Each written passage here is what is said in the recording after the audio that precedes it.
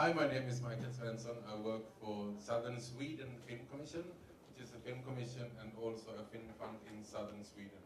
And personally, I think I spent 5 years in India, so I'm really looking forward to create more business between our countries.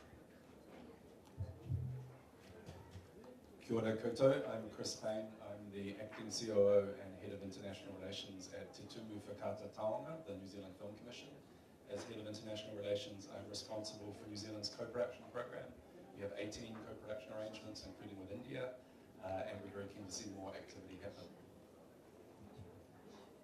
Hello, I'm Grania Brunston. I'm Head of Content at Screen Australia, and that takes in feature films, scripted and non-scripted, documentary as well, episodic TV, games, online production, and children's production as well. Again, we have a number of co-production treaties with countries around the world, and we're very keen to see more co-productions happen in Australia. Thanks. I'm Graham Mason. I'm the CEO of Screen Australia. For those of you who don't know, Screen Australia is a federal government agency touching all aspects of screen. As I was just saying to the Minister, we do that to ensure that for cultural reasons, creative reasons, and commercial reasons. So we also run the offsets, the incentives, as well as doing direct funding into people and projects, as Grania was saying. And we are the competent authority to sign off on co-productions as well.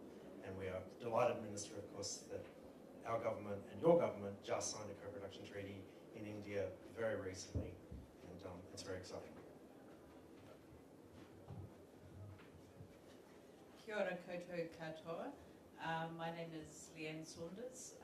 That's a greeting in Māori, which is the Indigenous language of New Zealand, where I'm from.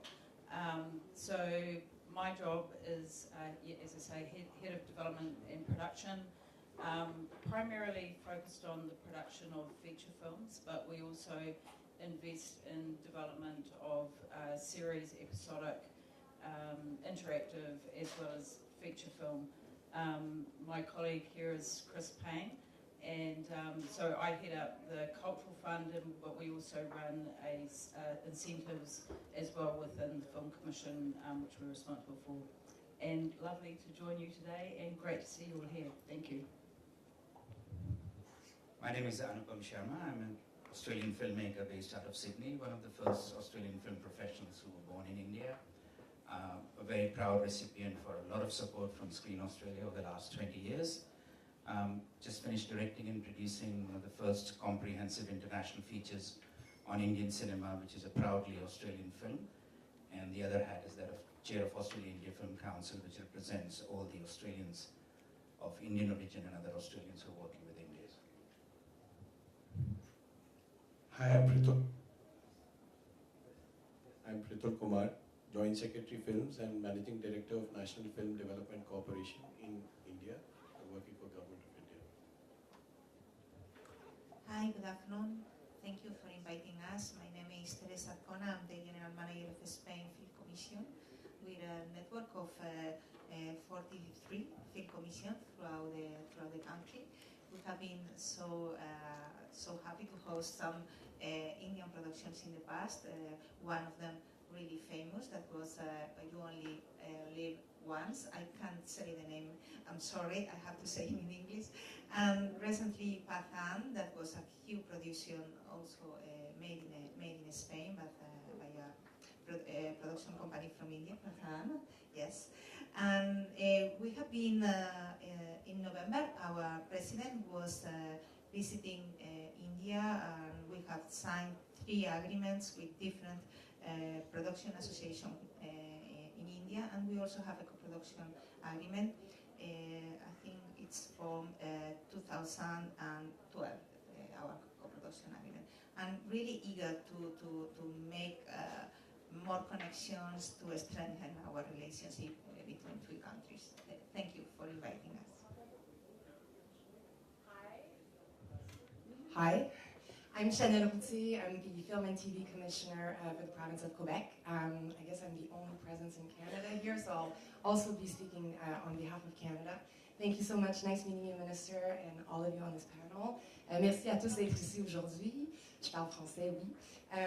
So we have a treaty with India since 2014, and we've had 3 productions so far since the treaty was signed, so thank you so much. And we are, as Teresa would say, very eager to continue working with India. We are currently hosting CAFE, which is Conference Animation FX Expertise in Montreal as we speak. We know Red Chilies is there right now. We have a producer from the Red Chilies company and another company from India that's actually present there. So we're very eager to continue our relationship working with India. And we look forward to having this panel with all of you. Thank you.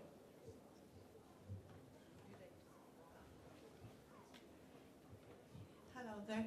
My name is Agnieszka Moody and I look after international and industry policy at the British Film Institute in London. And co-production is obviously very much within my remit. India is one of the 12 countries that the UK has co-production treaties with.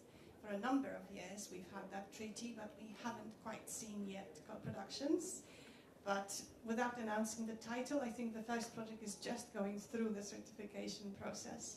And I think that is due to positive developments that have been happening in both countries. So we very much welcome the production incentives that have been introduced in India that can now place it as a bona fide partner that can bring something to the table. And likewise in the UK, we have now a new fund, well, fairly new, it's been running for 2 years, which is specifically designed to be co-production friendly, to be prioritizing co-productions. It's UK Global Screen Fund. So even those developments and the rich cultural ties and common history and all the links that we have with India, we hope to see many more co-productions between our 2 countries, and the BFI certainly will be supporting that. So you commented.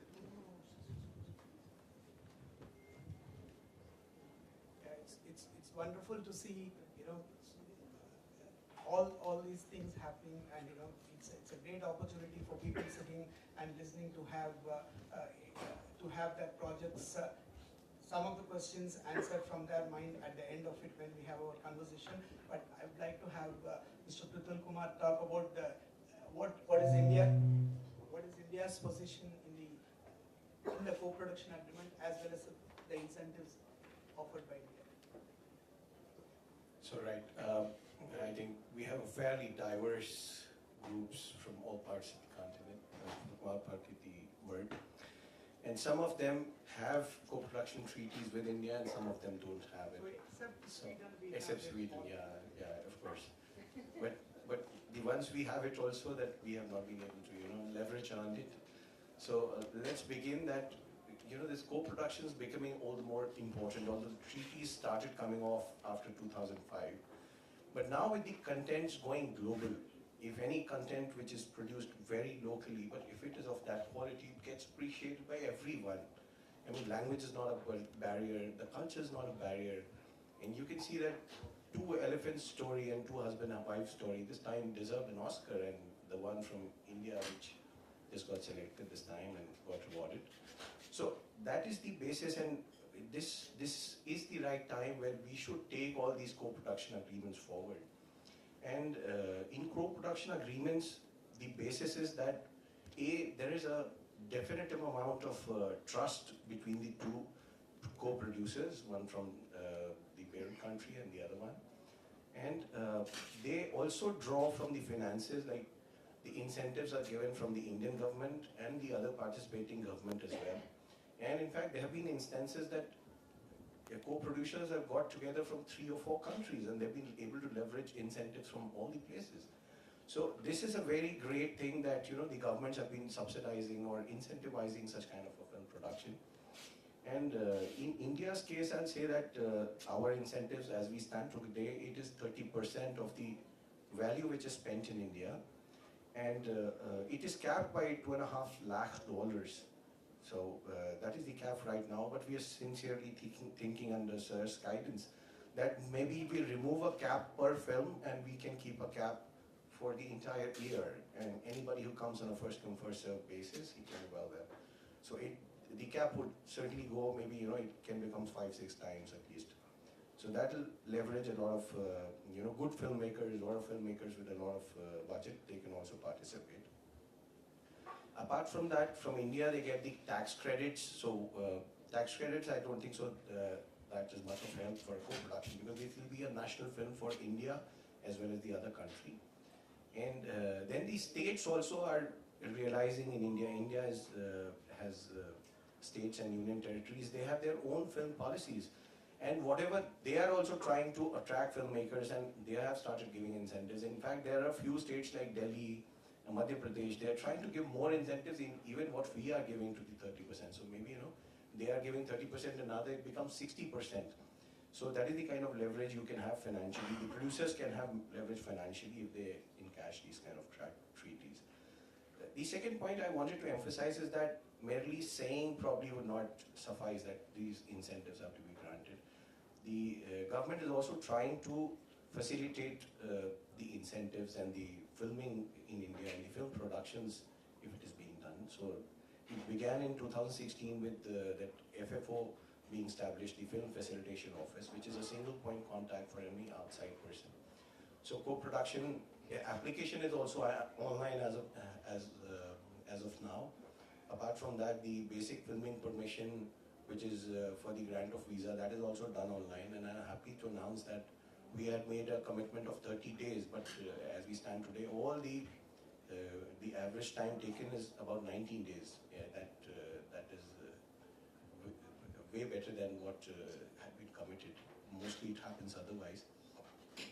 So, but we're still trying to take it further to the next level, because we don't want to stop at one of the permissions. We also want to include the whole gamut of permissions to be under this online system, and there should be no interacting with different offices for a filmmaker who should be busy with his filmmaking activity, not this clearance thing. So under Sir's guidance, we have given this Film Facilitation Office to Invest India, and they are the ones who are in charge of all investments coming into India in all the other sectors. So we said, why not the film sector also? They must facilitate, because they have the connect with the trade bodies outside. They know how to connect with the state governments and the central government authorities. So we have given it to them. We are also changing the portal to an extent that we plan that all the clearances which are required in the states also, they'll be granted to the portal. We are also talking about the incentives being not just applied online, but kind of, in the beginning, even when he's searching for the content, he's searching for the incentive, we can give him a flash as to, this is the kind of incentives he'll be getting, and also processing the incentives online. So complete digitization of the process is what we're looking for. And that's it. I hope that, and all of this, sitting here is easy to push, but I think a platform like a film festival is very good, where actually the content creator, the producers can come and meet. So I would extend this invitation from Sir's side to come to International Film Festival of Goa with as many producers and directors you can come with and participate in that. With that film festival also has a film bazaar component, which has co-production labs, which has pavilions of the country. They can showcase their prowess also, wherein people can go and facilitate. So that's it, I think. Thank you, sir, and we'll come back to you on India's position on giving incentives to post-production animation in the visual effects in the next round. We would like to have Chris talk about the New Zealand Film Commission's incentives and how India and New Zealand can work together, because New Zealand has a sizable number of Hindi-speaking people, and it's possible to have some action happening on that front. Chris. Thank you very much. Yes, we have an incentive structure called the New Zealand Screen Production Grant, and this is a cash rebate structure. It's not a tax credit, and there are two strands to it. There's a 20% incentive, and that is for international production coming into New Zealand. They just need to spend a certain amount of money, and then they receive a 20% cash rebate following delivery. And on the co-production side and the domestic New Zealand side, we have a 40% incentive, which is the cash grant structure. It applies equally to film and to television. And the way it works is that it is effectively a cash grant that is paid out to the New Zealand producer that then converts to their equity in the film or the TV show. We have had one co-production so far with India called Beyond the Known World, and that production accessed a combination of our incentive structure, the 40% incentive, and it also accessed our equity as a film fund, and my colleague Leanne over there heads up our investment decisions in relation to film development and film production funding. And when do you think the next India-New Zealand co-production can happen? Tomorrow. The people And there are a number of projects in active development, and we're working with a number of Indian screenwriters who are based in New Zealand, as well as producers. We have taken some delegations to Film Bazaar. We have one of our most celebrated producers work as a mentor in the work in progress section of Film Bazaar, and we would hope to see more activity happen under the treaty. Thank you. And we would like to have the views from Canada, because Canada is the only country in the world which has 70 plus co-productions and highest in the world. And how is it working, and how do we make India and Canada work beyond the 3 co-productions that we have done? As mentioned, I'm from Quebec, but so I can definitely speak to Quebec, which will be similar for the rest of Canada, but I rather put it out there. So we work with Telefilm Canada, of course, so anytime that you would want to come and film in the country would be through Telefilm, which says hi, and they would have been here. I think it's just the question that the festival changed its dates, and that's why they sent me. And through Quebec, we work with SODEC, which is our government agency, which administers our tax incentives, as well as any grant that's that comes in through the co-production. So there's always 2 ways of working with us, as mentioned. So there's it's always via the grant or the tax incentive. And we always look at both. So as long as the producer works with the line producer and or production service company, you need to find the right partner. I think that's the basics to any project. It needs to make sense. It needs to be creatively interesting for both parties. So basically, if it's production services, then our tax incentives can go up to 43%. That would be a 20% on all spend. So any expense that's being spent in the province of Quebec would be an eligible expense. Then you add an extra 16% that's on the labor that would be used on the production. And because we are within Canada, there's an extra 16% on the labor that comes from our federal government of Canada. So it's not a straight 16 at that point, so that's why it gets grinded down a little bit, so that's why we say it can go up to 43%. And on the co-production side of things, because there's money involved, all depending on the point system and the production, you can expect more between 28 and 32% is what you'd be able to get back on your project. Maybe I can position that in Quebec, we're one of the biggest animation and VFX and post-production hubs in the world. So that's also an interesting way of working with us, which has been done previously in many co-productions as well. To my Canadian counterparts, because I think that the 3 Indian productions or co-productions that have happened were in the rest of Canada. They were not in Quebec yet. So welcome to trying to, working with Quebec as well. And Canada in general. I mean, we were just thrilled to want to work with India. So any questions on that front, I'll be happy to answer to. Thank you. Thank you, and congratulations to Spain on being the country of honor this year. And we'd like to have an applause from the audience. We'd like to have Teresa talk about the India-Spain co-production, and also if there are any update from the project that you announced at Film Bazaar last year.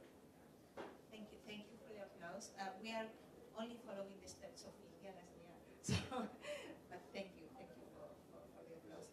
Okay, I think I was thinking when I was coming here, why producers from India are choosing coming to Spain, and it's of course tax relates is an important reason because films, television, they need finance. Of course, this is important, and we have one of the most competitive tax incentive frameworks in Europe. They want to come to Europe to film. They want our locations. They want our cities, our castles, our beaches. They are looking for this. I'm thinking about Catan. This wonderful film was shot in Mallorca. This is one of the most beautiful places in the Mediterranean, and also in Andalusia, in the south of Spain. They also are producers that value our culture, and they love showing our culture in the we are very grateful for this. And I think they also choose Spain because of our producers. They usually work with Spain, with Spanish producers as service production companies.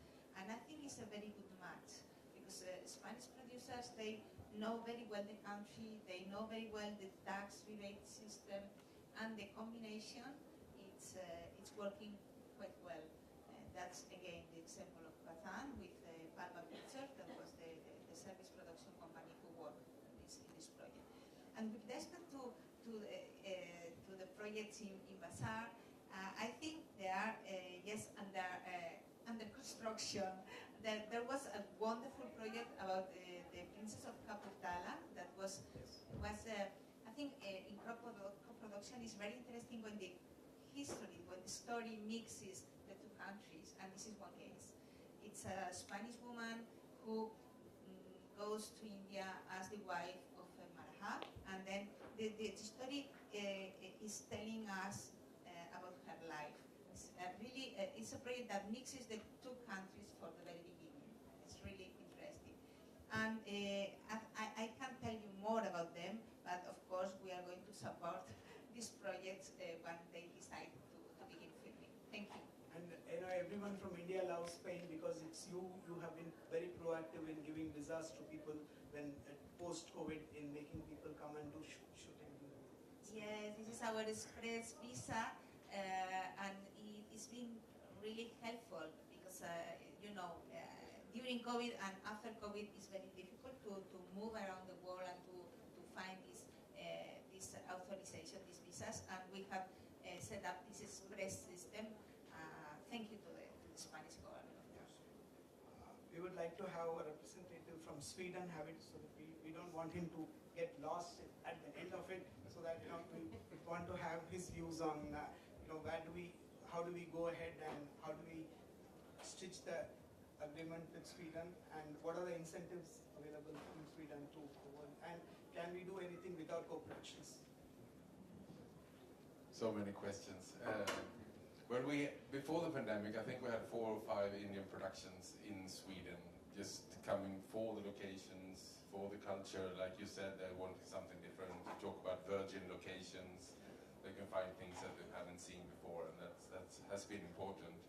But then I also found that there are quite a few stories that involve both Sweden and India that are perfect for co-productions, that I would like to find a way to promote to Indian producers and Swedish producers to actually produce, which would be fantastic. And I think I need the expertise from all of you about the importance of co-production treaties, because we haven't really seen that yet. We have the European treaty that we're co-producing within Europe with all the European countries, and Canada, of course, who have a treaty with everyone.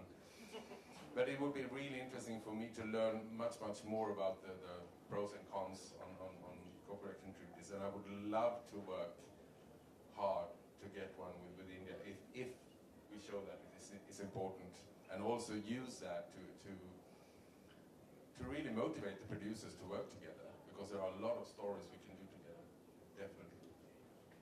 But it's also interesting that we have our renowned filmmaker Yash Chopra, who has a street named in Switzerland also because of the locales that he has done. That's Switzerland. Sorry. Not again, no. Not Swaziland. Sorry, but still Yash Chopra is Yash Chopra. We would like to have our representative from Screen Australia. That's the latest one that we have signed an agreement with. How do we go ahead? What do we do next? And are there anything that we can do immediately in terms of conducting workshops and things like that between India and Australia? And we would like to have you in Film Bazaar in November, especially for this one. So we might do this split in half. So obviously for us, for the federal government, we love to get people coming down and filming there. We have a 30% incentive just if you come in as an inbound, not as a co-production. So that's 30% both big and little screens. And like Canada and like India, states stack on top of it. So you can get between 8 and 15% on top of that 30%. That's just as an Obviously, what the real goal though for the government would be, is because we're a cultural agency, would be to find those things that really work together, that is promoting and helping both creative sides. So we love inbounds, but that's the real goal, I think, for the government, to work out how can we do that. Obviously, like many places, we have a very large Indian diaspora living there. Obviously, there's a huge Indian diaspora around the world, so you can take that story elsewhere. So it's also very important to Australia, the government at the moment, that we tell stories that reflect Australia looking as she actually is. And Australia has a huge diverse population, and so I think there's a lot of opportunity there to play on that. So as I say, economically, there's 40% for film that we would give. If it's a co-production, that means you automatically qualify as a cultural local film. It's 40% and for big screen and 30 for little. And again, the state goes on top of it. So you could technically be getting 55% out of the governments.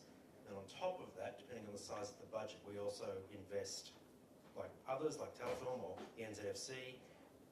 Grania's team invests money on top of that money. So it's really a lot of stacking. So maybe you want to talk a bit about creative.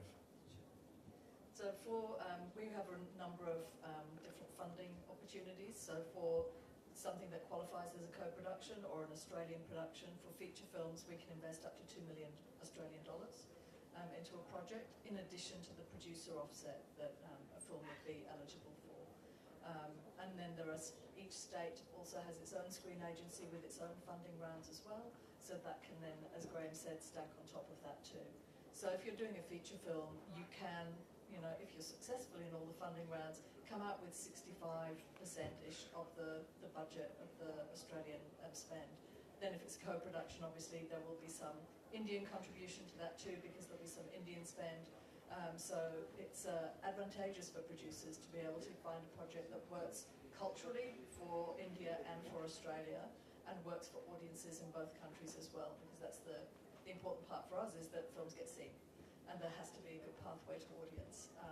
But tapping into the incredibly large Australian audience, Indian audiences that there are both in India but also globally, is a really wonderful opportunity for producers, I think. Australia's a very big country with a very small population comparatively, 25 million people. So we need to look for audiences outside of Australia. One more thing just quickly on that too would be shameless plug here for Australia. But obviously we maybe don't have necessarily the historical locations, but we've got unique locations. But another thing we've got in spades is stars. Our offset is uncapped. So if you came down and did a film with Chris Hemsworth, we could be putting in 40%. So literally, there is no cap to the amount of money that is allocated per year or per project. So you've got hundreds of millions of dollar projects getting made. Now they have to qualify, but so there should be no rain. But what I would like to see first is coming out of this is some baby steps. What are the proper cultural ones that we can all aim to do first that really help both creatives on both sides? I think that's the goal. We'd like to have Anupam continue this conversation on, are there any specific projects that are on cards at this point of time? Anupam represents Indian. So yes, Graham and Granny have both been very modest. Screen Australia has, over the last many years, supported so many India-centric Australian films, from Lion through Hotel Mumbai, dare I say, an Indian featuring Brett Lee or Nicole Kidman. But Australia-India film links are like an Indian goddess. They've got many arms. So it's not just two cultures working together. Very few people know that in 1934, the biggest Bollywood star was a blue-eyed blonde from Perth called Mary Evans, who was known as Hunterwali, Nadia Hunterwali. And currently, speaking with my hat of the Film Council on, there are close to $70 million worth of Australian projects which are strongly Indian diasporic. Two, I think Screen Australia has already invested in, the Knot and the Shakti's film. There are stories, there are feature documentaries, and as Graham said, Indian diaspora is one of the biggest diaspora. And we in Australia love telling diverse Australian stories for a global audience. It just happens to be that the audience is the 1.4 billion people in India. And so at a practical level, thanks to the support of Screen Australia, Screen New South Wales and the state bodies, there is a strong, bright future.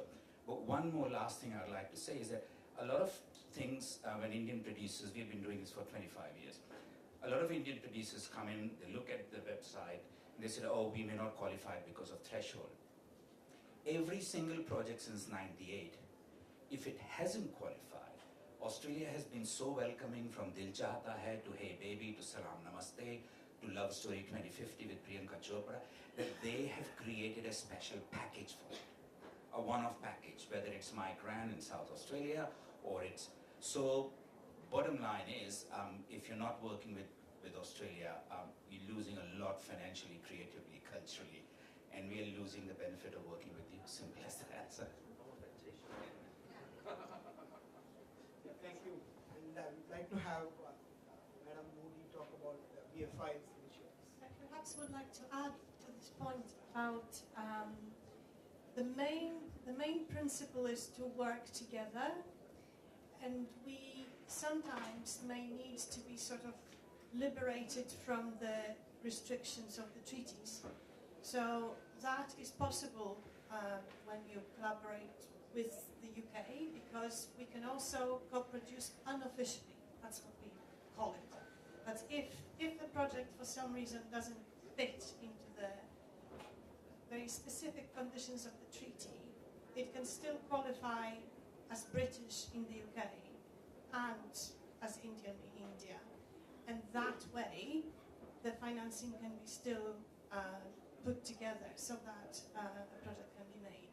So it's a little bit wider. Let's not be sort of worried that unless things fit into treaties, or if there isn't a treaty in place, if we're talking to other countries that might be interested in working with India but don't have a treaty, there are ways to unlock public funding even in the absence of the treaty. And there's a concrete example. It's called Sister Midnight, which is a UK independent company working with India that is supported by BFI Film Fund, but it's not an official co-production. That wasn't possible to structure it like this. But the project is happening, and that's the main thing that is important. If we manage to be more creative about the restrictions. We'd like to extend this conversation on, how do we go beyond films, because film is one of the vertical which is working on the content creation, and I would like to talk about the web series, the animation, visual effects, reality shows, and other content formation which is being done. And we'd like to start from you. Does Sweden extend co-production in these areas also? Yes, we do co-production in that area as well, and I think we're quite advanced now in VFX in Sweden. We have a lot of big Netflix and HBO series, and I was a bit starstruck the other day. I was in Stockholm in one of the big companies where they do Star Wars and Mandalorian. So we do have it, and it's growing a lot, definitely. And I'm happy that you said that you can actually do co-production without a treaty.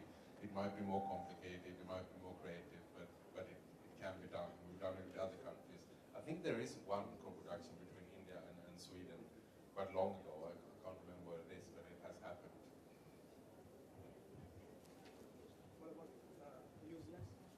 Yes, we're open to all formats.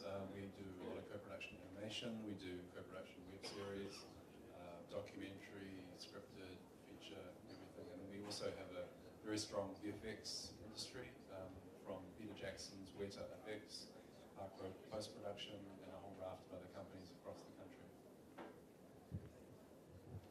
Same in Australia. We do all formats, all genres, and we've got a booming animation and VFX sector.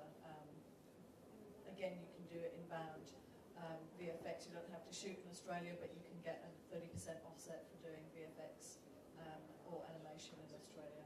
And DNEG, in fact, have just opened an office in Sydney, which are aiming to have a full-service studio for animation, games, and VFX over the next 5 years, with a lot of people working there, which of course has a great Indian presence as well. I think we'd also probably add to that, we've just taken on board with the federal department to run point on capability building training. And And so from that, obviously we're working with all the, not just the film and television schools, but also actual just colleges that are training people that might move over. So I think that's another area. And something else which probably at the moment wouldn't access federal government incentives, but you could come into Grania's fund.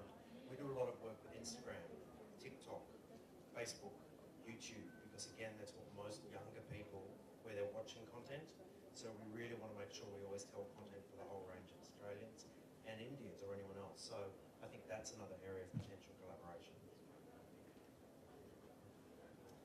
Hi, one of the things, just great to hear everybody's thoughts on this topic, is just really thinking about the early development stage. And, you know, we can have all the incentives in the world, but how do we get the projects developed? So, again, like Australia, you know, we have a very diverse multicultural society in New Zealand. So, you know, and so New Zealand Indians are really highly represented. They have their own guild in New Zealand, so it's a Pan-Asian Screen Collective that was actually came out of our industry, so that wanted to represent, and so that obviously includes India. And that has been given a great strength and voice, so that I think this is part of that sort of growing up of the voice, and particularly on the creative side in the industry, was to have that voice.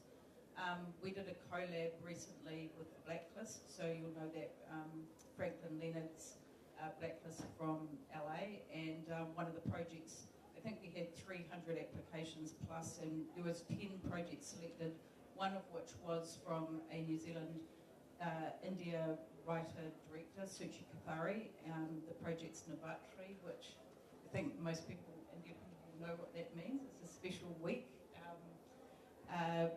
where people, whatever, I won't go into describing it. But it's a project where she's a senior lecturer in universities in screen. And so really the challenge is to say, how can she connect with an Indian producer? So you go, the project's already out there, it's on Blacklist, it's been selected. She's a senior, writer. She's written films that have actually screened theatrically in New Zealand, and she's busy in her job working, but actually she's got a great project sitting there on the vine. I'm pitching it for her now because she's not here, but we do have the talent, and we've got the projects. We've got other New Zealand Indians like Madeline Sami, who is a great writer and director, and she's been in some really popular New Zealand films. She's got a project which is set in India. I know that there's projects out there. So that's really the challenge for us. I don't have the answer, apart from the fact we do have an international co-development fund, which we get New Zealand producers can team up with producers in other countries. All that they require, the Indian producer requires, is to bring development from their country. It can be from private finance, it can be from government, it could be from a sales agent or market money, and we will match fund it up to $50,000. So that's a great start. All that they require to do is an MOU, and I think it's about getting that partnership happening at the early stages is what I believe will help us make this happen. Graham and Granny have already spoken. One thing I would like to add is that, as we know, Indian diaspora is huge in Australia, and we are very proud Australians that most of this Indian diaspora is also actually physically investing in development of Indian stories. I mean, two of those producers are here, Pratnya and Tej, who have had 2 films at Sundance, and they are actively getting involved. So if you're looking at developing Australian films which are India-centric, there is a very professional pool of Australians who are ready to come on board and take part.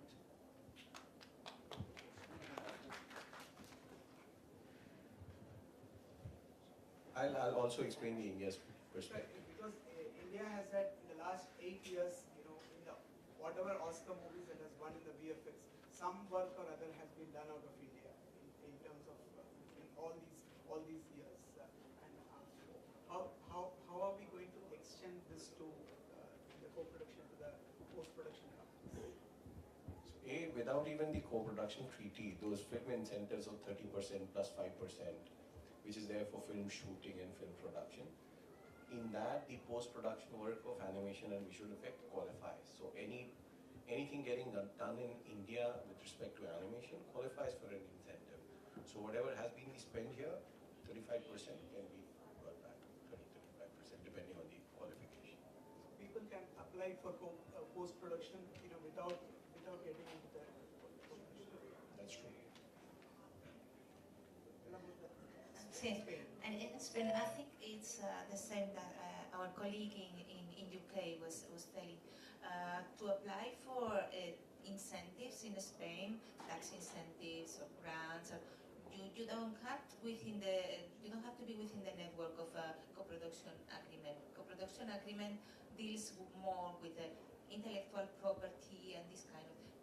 If you want, as an Indian project, come to Spain and shoot with a Spanish producer as a service or as a co-producer, you can apply equally to the incentives in the same way. And with respect to VFX, animation, everything is included, so you can ask for the incentive too. I didn't talk about the percentage. I brought some catalogs, I don't know where they are, but we have like a general system that gives 30% of the investment for one part of the investment and 25% for the rest. And there are specific regions where the incentive can go up to 50 or 60%. It depends on the kind of production. And as I said, this is not linked to a co-production agreement. You can apply it anyway. Cuba, Indian companies have been setting up in the large numbers in recent years in Canada and Cuba. Thinking how do India and Canada, Cuba can work together in this way? I think it goes both ways. We have one of our amazing Quebec companies that actually just opened an office like 6 months ago, Folks VFX, and they were thrilled. They are thrilled. I think there's amazing talent on both sides, both in Canada as well as in India, and the creativity and the collaboration is what's most important. It's been many, many years since a lot of our companies were actually hiring, Indians to work for them, but now it's really good to see that it's happening on both sides, and companies are being there, and I think it's also all possible because of the government support. Without government, I don't think that this would all be happening. It feels that the collaboration that we're having with India is all possible because we have that support, both from our Quebec government and Canada in this case. And through Quebec, we also have the délégation, so delegation from Quebec that are actually based in India. We have a very active one in Mumbai. And so, I mean, they are always available at facilitating anything that can be facilitated, between Indians and Quebec and Canada. Thank you. We'll have few questions from the audience, as well as have the final word from the minister. But before that, I would like to have Stefan talk about the India-Germany co-productions, and Stefan has been one of the major buyers of Indian content in all these years, and suddenly there is a stop between India and Germany. How do we go forward? Thank you very much. Actually, we have co-produced a film, Indian, French, German co-production and animation feature film, which is right now in post-production. And there's the leading producer of the film is here, and she's from France. So I would be happy to that Biquan. Maybe you can. Thank you. Yeah, so I'm from France, as you can see, based in Paris. Sometimes people think I'm from Mizoram when I go to India. So I'm co-producing with Ishan Shukla's production company, Red Cigarette Media, a debut animated feature. Ishan Shukla, I have met him in Film Bazaar in 2019, and he made that wonderful short film that was went to international film festivals and was awarded more than 30 awards. And so we also, I discussed with Stefan Hall from Germany, whom I knew from a long time. So we put into place that international co-production, and it's an official co-production actually between France and India. It has been granted the co-production status on February 26, 2022. I think it received the support thanks to that status from many funds from Europe, from France and Germany companies, so from CNC Cinéma du Monde, but also French region Nouvelle-Aquitaine and German fund Nordrhein-Westfalen. Unfortunately, I think there was also we don't have any tax relief or tax rebate from FFO because the scheme only started on April 1st, 2022, and it's not an April's Fool, unfortunately. But you can do the next project. Oh, okay. But otherwise, if there's any way to catch up, we're very receptive. But anyway, the film is in post-production, as Stefan said, and should be finished by June, and we hope to hit film festivals very soon with that debut animated feature. Ishan Shukla actually is one of the Indian, of the filmmakers, 9 filmmakers that have been selected by Lucasfilm to make that animated short from the Star Wars anthology that world premiere earlier this month on Disney+. So we really look forward to seeing to finishing and delivering this wonderful animated feature. Thank you.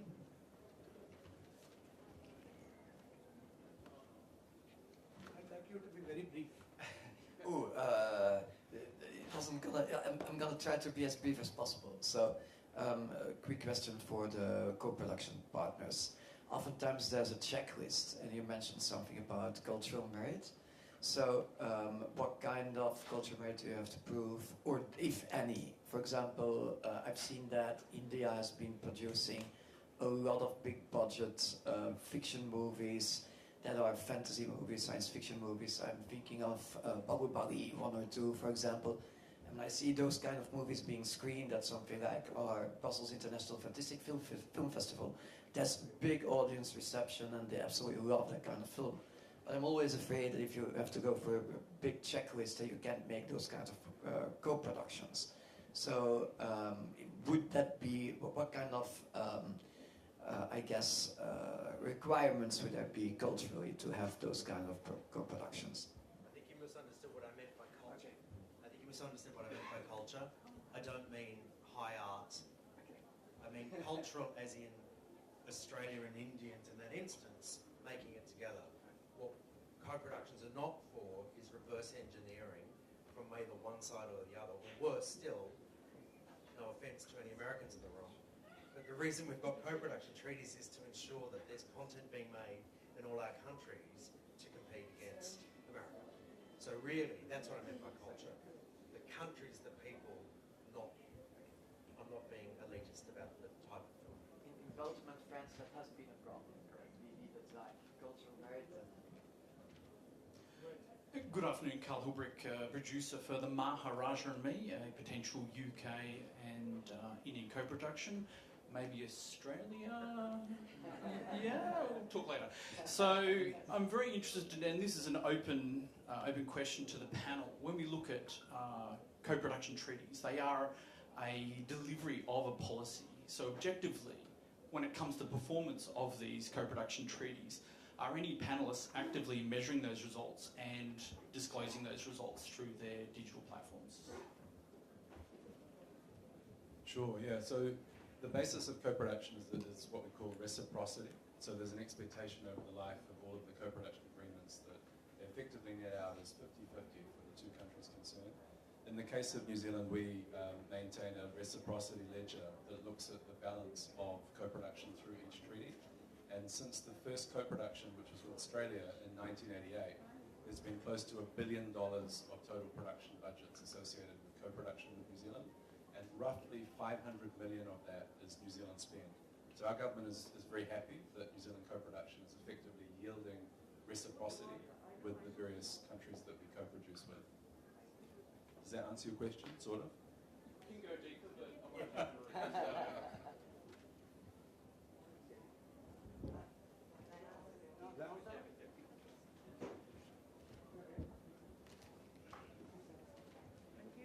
Hi, my name is Shona Orbeshi, and I've actually been working, well, not immediately, but for the previous 2 years, trying to get more film made for younger filmmakers and new filmmakers. I'm a filmmaker myself, but been trying to figure out how to get interesting films out from India.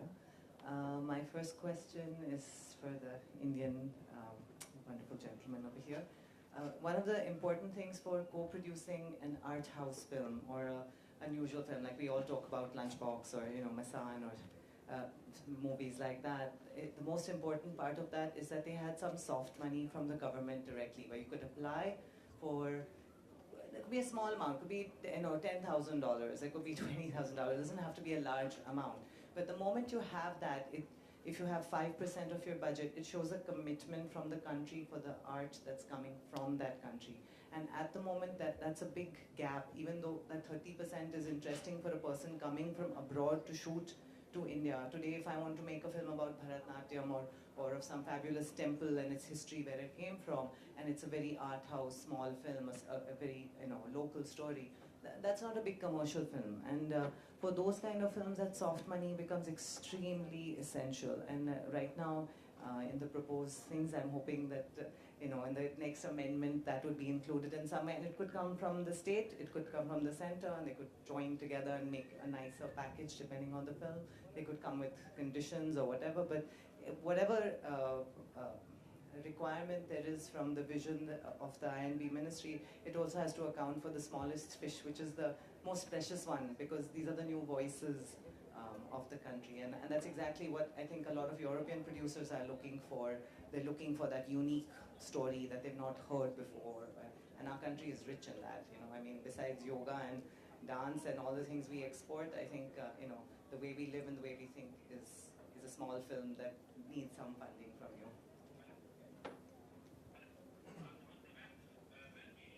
So, like Lunchbox happened, it didn't work under these co-production agreements or this incentive scheme of the government. But there is a body called National Film Development Corporation, and it has the budget of its own. It's like a production company of the government. And that is how they gave the seed funding for this thing. And it exists still. It's a separate format, but it's still available. And the things which you saw. Yeah, so I just tell you the present also, so that has become substantial now. So what has happened the last year, on 1st of January 2023, we merged all the film units into NFDC. So we had a film division corporation which was doing the documentary films for the government and making on various aspects. We had a Children Film Society of India that also got merged into the NFDC. So all these things got merged into NFDC, and now NFDC is given all the budget to make even not just the feature films like Lunchbox, but also the children films, for which we don't expect that we'll expect a return, or a documentary like a Bharatnatyam documentary which you're saying. So this is what, but feature films will definitely look for a lot of profits, and the film should do well. So it's already there in a different format, and then the co-production and incentives will just add to your finances. That's how. Yeah, so it will be open. In fact, children films and documentary we had already opened, and we have also sort of finalized one this thing, but that was for the last year. Now this year again we're going to in a couple of months. Before closing the session, we would like to have the views on now that we have a lot of challenges in terms of virtual production. How the virtual production is going to impact co-productions, if people are doing the work going to use virtual production, and how do we go about it? And I would like to have Lian talk about it. Virtual production. Well, endless possibilities, and it's upending the whole business. I mean, we can't really predict where it's going to lead us. I think it's like any technology. As soon as you have a new technology, you think everything's going to be replaced, and we know historically it never happens. There's always going to be a place for physical. You cannot replace texture.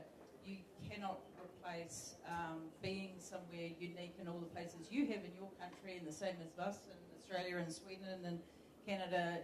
We've got our own unique textures and places.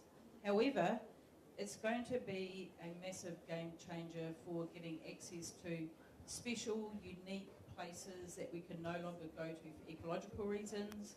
There may be sites of significance that we can't access anymore because of, there's going to be climate impacts, there's going to be a range of things. We see it as another tool in the toolbox. And people don't think of it necessarily just as virtual production, they just see it as part of the tool of physical production. So physical production will sit side and side. It just enhances what we can do. That's our view of it. I'm speaking for the whole of New Zealand here. The whole world. The whole world.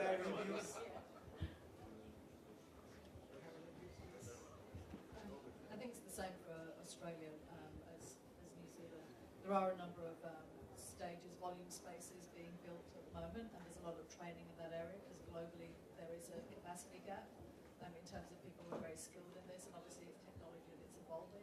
But things like platforms like Unreal Engine, which people are producing completely within Unreal Engine, especially for animation and building worlds within that.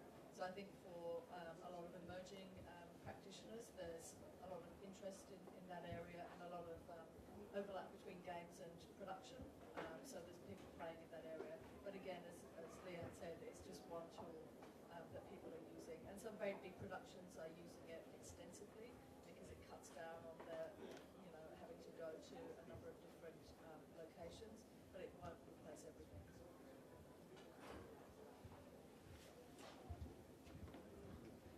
We're one of the biggest gaming hubs, so of course Unreal Engine is very known to Quebec.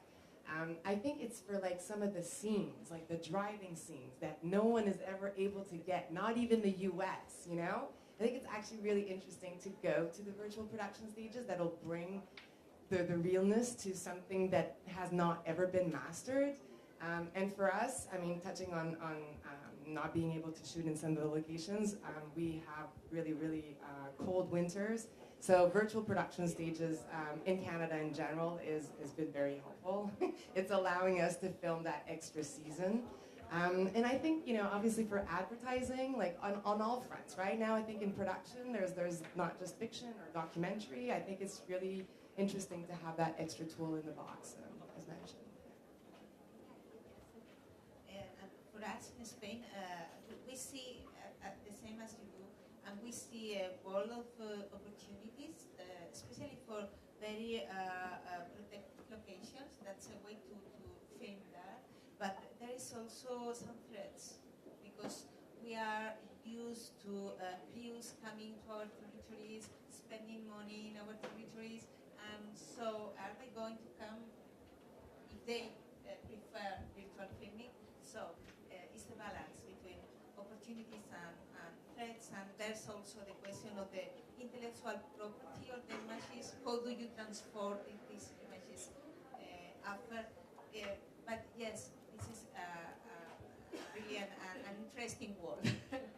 Yeah, thank you so much. It was wonderful to talk, and we'd like to have the views of our ambassador is sitting here, and we'd like to have a couple of words from him on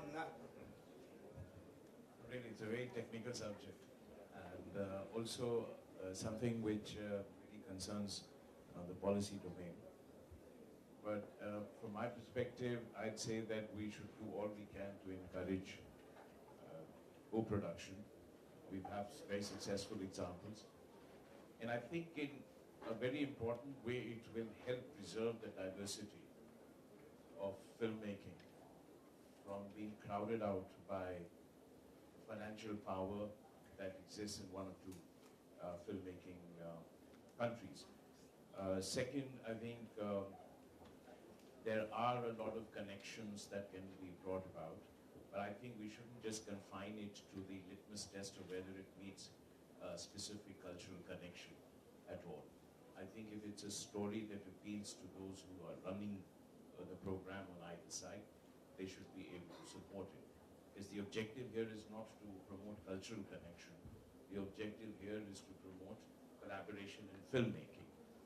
And I think that's perhaps the best way we can, and I think at the embassy we try always to find those connections to support. We have a very supportive Ministry of Information and Broadcasting. I think given the cost of filmmaking, notwithstanding the technological changes that have taken place, we need to raise the level of support that we can provide. And I think it shouldn't be capped by an absolute value of money. It should be in a sense a percentage of the cost, because it otherwise restricts what kind of stories we are able to support. And I entirely agree with what we just heard about. If we do not have that, if we do not restrict ourselves to some meaningful, predetermined, bureaucratically sort of identified cultural parameters, we can actually support films that may be an entirely new genre of filmmaking, and it might actually promote the whole creative industry, and that should also be our objective in promoting these kinds of collaborations. So I hope this session, which has thrown up a lot of ideas, and for me it was a learning experience of how different countries are actually supporting collaborations, with or without agreements, because agreements can often also take a long time to negotiate. And you can have agreements and no production. You can have no agreements and a lot of co-productions. So let's be as flexible as possible, and I think that's the message that I get from the panelists here, and I'm sure the Minister, who's been keenly observing what's happening here at Cannes, will take some of those suggestions back and work with his team to maybe fashion a much more productive one. We haven't had one with France in a long time, really. I mean, this is something. In fact, France was the first to sign. Yes. India was the first to sign. And and two countries with great filmmaking traditions. And when I speak to people here in the Ministry of Culture, the one thing they are very keen to do is to preserve the distinct identity and craft of filmmaking that exists in France. And as is true for all countries, we all have our own traditions, and collaborations will certainly help. Thank you. Yeah, thank you so much, sir. And, we'd like to have a final word from our Honorable Minister on how do we go forward and how do we take this to the next level and. Good evening to everyone. So we had a fruitful discussion and various countries, how we are promoting co-production facilities. So we had a detailed discussion here. So from India side, our joint secretaries mentioned how we are supporting to the industry, and particularly this media and entertainment sector. So India is the biggest cinema producer. Almost more than 3,000 films per year we are producing. A huge number of cinemas, because it is whether it is in a regional, it is in national level, it's reached to the local level. So as per our concern, already we mentioned the shoot in India. So why you need to come to India? Because of our skilled manpower, technology, and already we mentioned BFS, animation, audiovisual, and these are emerging sector and sunrise sector. And you are all aware that our Indian IT is very strong, and our IT people are very strong in introducing new technologies. So for that, we have the old manpower as well as technology, and government policies is supporting to the film, particularly cinema industry. So you can see some of what the content is the major player. So in our India, the content is the content is there. And you see our old diseases, they used to tell the history. They used to tell the stories. That stories is converted as in cinema. So recently, one very big commercial movie, it called PS1, you might be heard. That is in our own Ithaca story. It is a history story. So it is now it's worldwide. They are getting famous. So the content is the very big player in this work. So our government is concerned about the co-production. For that, almost 16 countries are entered the treaties and agreement. Also, almost here all countries are entered this agreement. So I hope another countries are also, it is in the pipeline. So our government, again I want to mention that our government is almost supporting to the industry. Our states are supporting, some states from Madhya Pradesh, some of states from Maharashtra. They are also supporting for the suit in India. As I mentioned, our India, we have big forests, rivers, and there's mountains, very good beaches. Apart from this is a natural sceneries. Apart from this, we have temples like 3,000 year, 4,000 year ancient temples, like southern part temples, and archaeological preservation is there. So our culture, our tradition, you can it is in giving the content and creative economy. We are focusing creative economy. So India is the 5th largest economy. So and for this creative economy, this emerging sector of EFS, animation and audiovisual, I urge you and all to come to participate in our International Film Festival. Every year is going to happen in Goa. So I welcome you all. Thank you very much. Thank you. Thank you very much, sir. We would like to have one of the co-production happen between the people sitting here from now onwards in the coming years at Cannes, so that that we all can walk the red carpet together. I have an information here, and you can talk to. And thank you all panelists for being frank and very clear in putting the views. And I have a thing here. Today we have a producer, director, and film commissioners networking evening here at 6:30, and people who would want to attend can collect the invitation from the desk. Thank you very much. Thank you. Just before we finish, actually there is a memento which Sir would like to present to everyone. Sir, Ambassador Sir, may I request you to be on the desk? So before that, I think we can, everyone we can, I think Vidya, you can call one by one and Sir.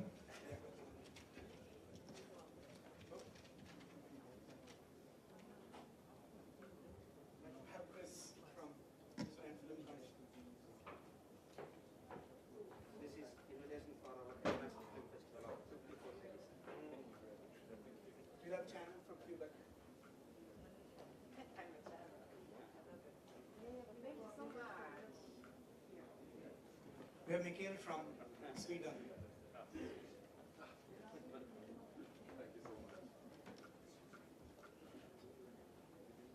We have Dean from Spain, Australia.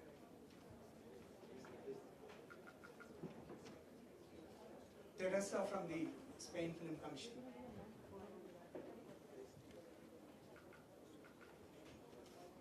We have Anupam Sharma from Spain.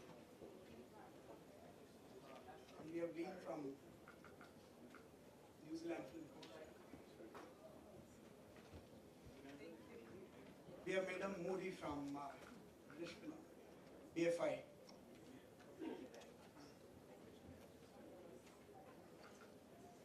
That's it. Thank you very much.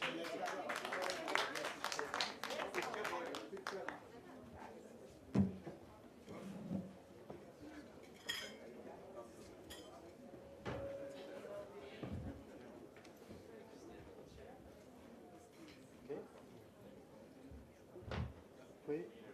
3, 2, 1. Okay. 3, 2, 1. Open eye. Thank you. I think we also need to have some co-producers. Two co-producers here. Actually, they are the outcomes. They're going to announce the movie now. They're going to announce the movie now.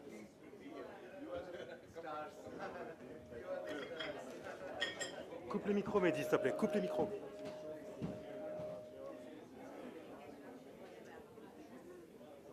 Okay, so 3, 2, 1. Open eyes. Thank you.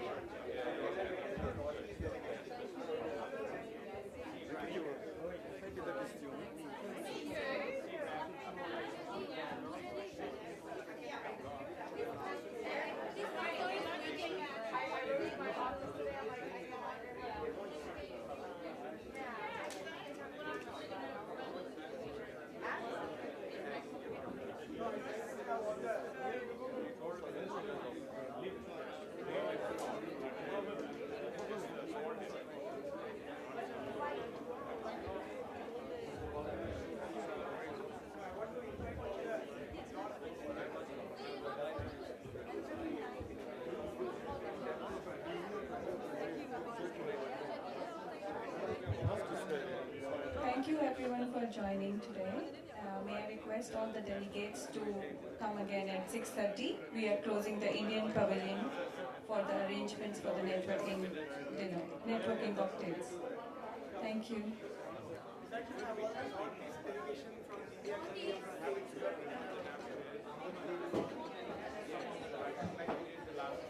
Requesting Northeast delegates to please come on the stage to have the photograph.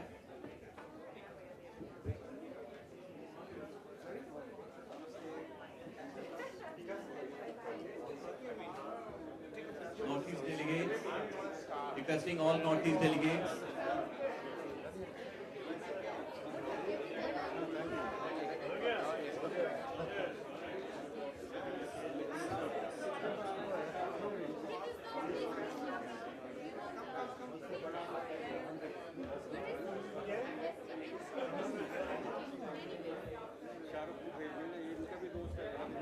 Ram? I think I go to such a round.